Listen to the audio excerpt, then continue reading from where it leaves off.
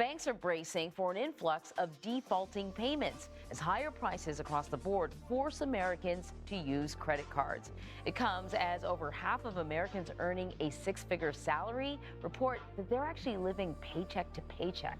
Thanks for joining us. You know, a lot of people are going to hear you make $100,000 a year and you're living paycheck to paycheck. That seems it seems like crazy talk, but it's actually happening. But You know, they say most people at the medium income or below, as in closer to the poverty line, generally are always tight on bills and are struggling, which is not wrong. But getting a better income does not fix these issues, because if the underlying problem is spending money and saving money, if you have bad habits and never develop any good habits, you could start making $1 million a year and you could be living paycheck to paycheck. And there are people out there that are making $1 million a year and they literally are broke, and if they lost their income, they would lose everything.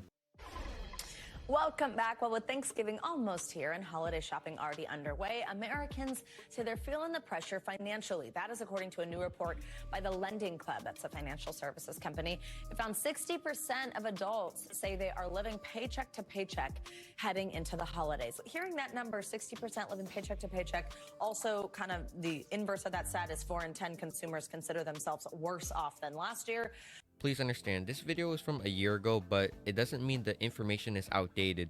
In reality, things are actually worse now because inflation has done its damage and people are drowning more and more as time goes on. And if anything, the whole economic climate is worse than ever. I showed you guys those videos and I brought all of this up because it was the segue into the video topic, and that's people are wondering how I was able to save up $100,000 at the age of 22.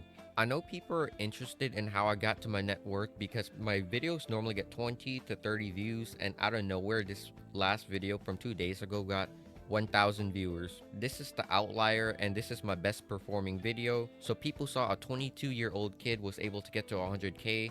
So they're probably going to be wondering how I actually got there, and I basically got 4 steps on how I was able to get there at 22. Gen Z is a group people always bash on, and people say they are dumb with money, they will never be able to afford a house, and will drown in debt. I mean, how many young females do you hear, for example, we're gonna pick on females, and how many of them do you guys, and I know you guys hear them going out of state to go to a concert or going to see Taylor Swift, for example, or a random rapper? Personally, I actually get disgusted at thinking of spending all that money to travel and for accommodations as you travel.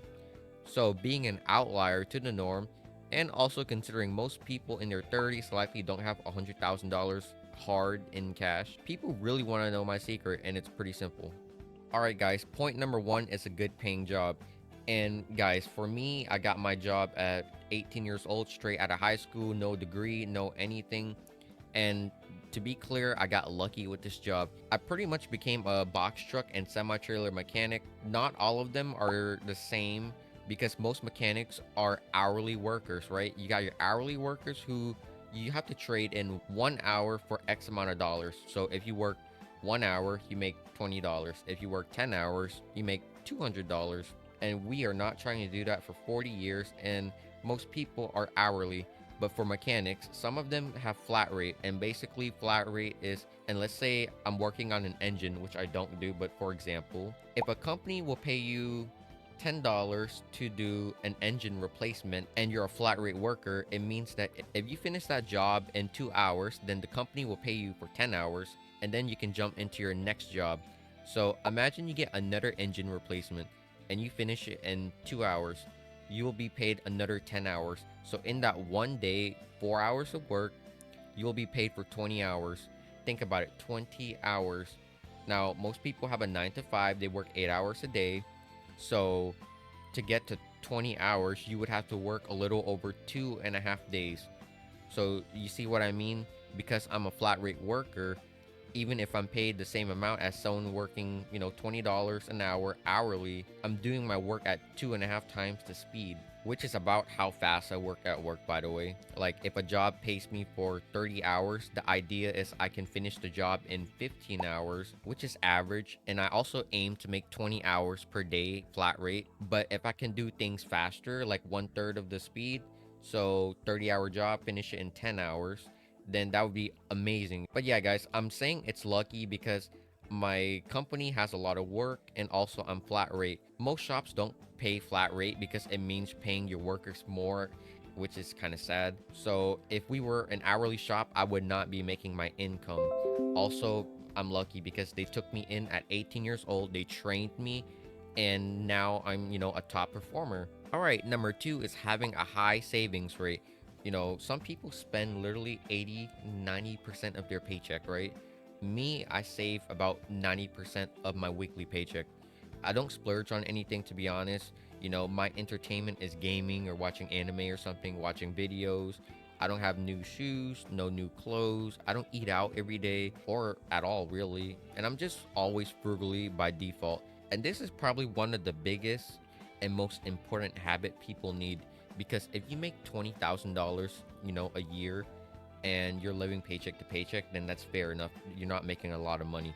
But if you're making $2 million a year, if you don't save your money, then it doesn't matter how much money you make, you're going to be paycheck to paycheck. You could make $3 million a year and be paycheck to paycheck because you don't know how to save, and you're spending 90% of your income, because when you were not making money, you had a 300k house, and then when you got your $3 million a year income, you said, oh, well, I want to live in the better neighborhood, and the property costs $1.5 million.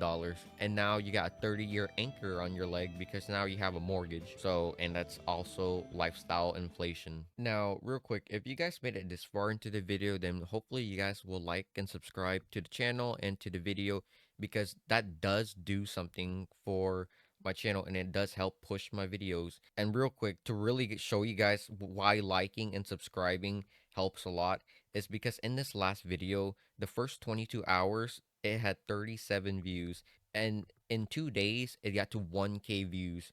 That's like my best performing video. We can look at my analytics, and this is what most YouTubers don't show, is their analytics. And look, guys, your first 22 hours, an impression is someone that sees their video on their YouTube page. So 2,300 people in the first 24 hours saw this thumbnail right here, and 4% clicked it, which is about the 37 views that I had. But then the algorithm, when people say the YouTube algorithm, it's like a machine that sees if people like your video or not. And if it sees a lot of people being interested in your video, it'll ramp up and it will basically show a lot of people your video. The more people that see your video, the more people are likely to click on your video. So right here, first 1 day, 2,300 people saw it. And then from the 1 day mark to the 2 day mark, 16,000 people saw my thumbnail. This means a whole, 14,000 extra people saw my thumbnail. From day 1 to day 2, 6 times as many people saw my thumbnail compared to 0 hours to 24 hours. So this is why liking, subscribing, and commenting means a lot. But anyways, guys, if I said anything you like, or if you guys want to share my video so other people can see it, please do. That does help a lot. All right, guys, number 3 is liabilities. So pretty much a lot of people have liabilities like debt. For me, I had a Corvette. That was basically my only liability. And to be clear, I paid the car in cash also, actually. So I didn't have that loan on it, which would have been around 10%, even though I have perfect credit and whatnot. But the problem is the insurance was about $500 per month. So think about it.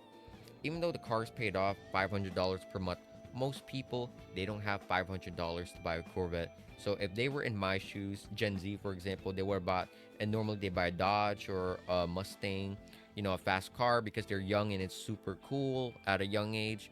They buy those cars on a loan. They pay $500 in insurance, which I was doing, but also a $500 monthly payment on the car, a car note. And this is why most young people get messed up, because they have a lot of other debt, but they also have a car debt that they don't need. So pretty much I got rid of all my liabilities, which was one liability. I got rid of the car. So now I don't have this big debt that I pay every month. My current car is a Honda CRV.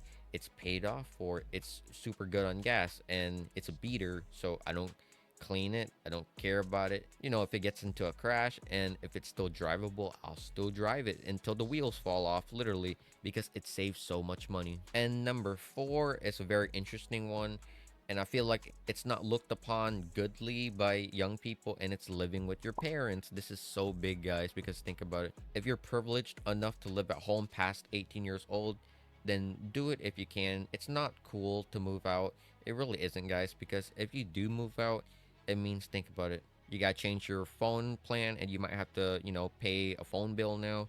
You gotta buy all your food.